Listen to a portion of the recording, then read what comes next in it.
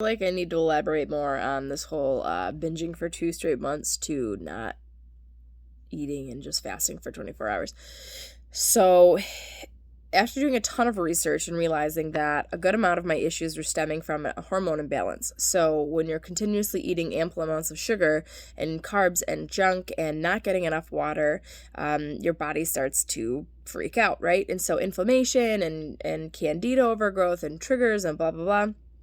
So, I had been doing a ton of research and I had been, learning about all these things. And so, what do you have to do, right? You have to rebalance your hormones. Well, what do you do with that? Well, you have to do things like a high protein and vegetable with no carb.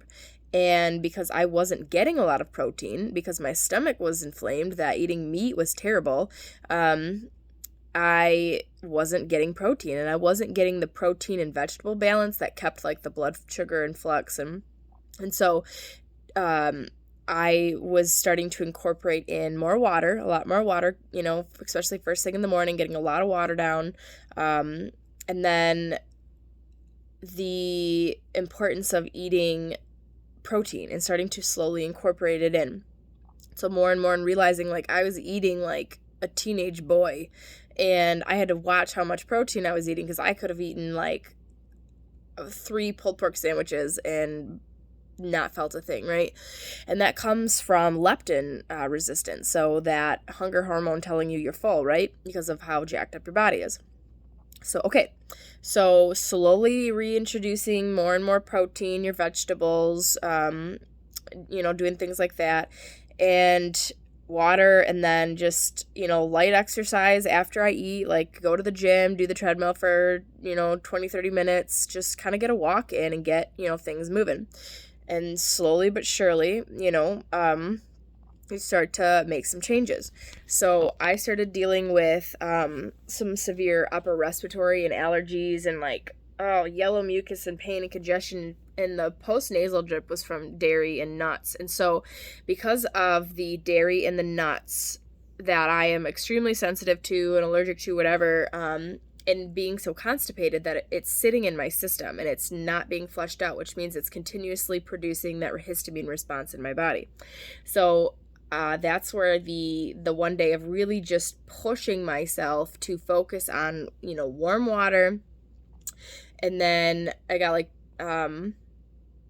28 ounces of water, and then I did 3-4 swigs of the magnesium citrate, and then I did about 5-6 milligrams of the miralax powder, and just at least another 30 ounces of water down. And so I had a bowel movement after that, right? And then I didn't, I had a little bit this morning, nothing crazy. So I got 28 ounces down again, and then I just switched to bone broth because to break my fast, you can't just jump right into eating regularly because your body's like, oh my gosh, I've had a chance to heal and take a break. So because of all this, I noticed that the post-nasal drip and the continuous allergic response was starting to lessen, I think, because I had a bowel movement and I got a good amount out, right? So it's not continuously triggering the histamine response.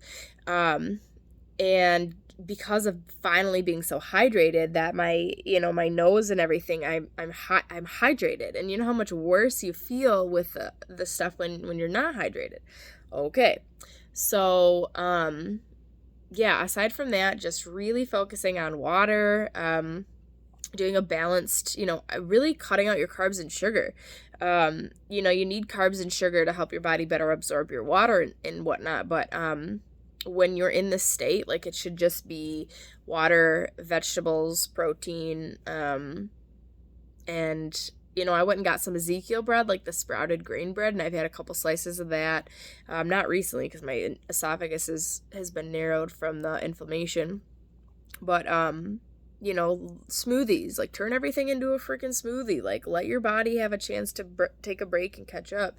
If you're doing smoothies 3-4 times a day, cool, whatever. Whatever you need for a couple days to kind of rebalance yourself and shrink your stomach down.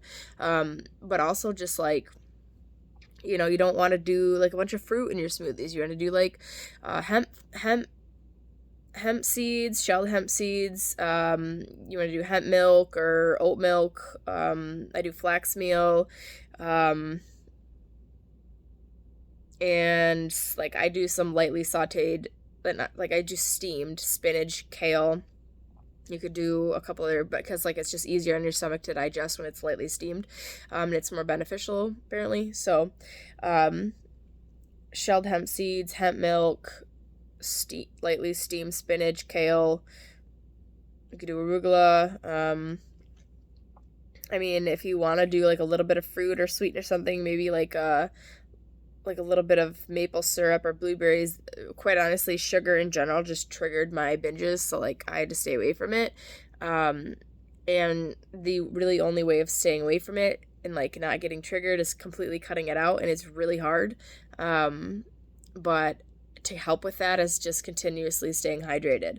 So, yeah,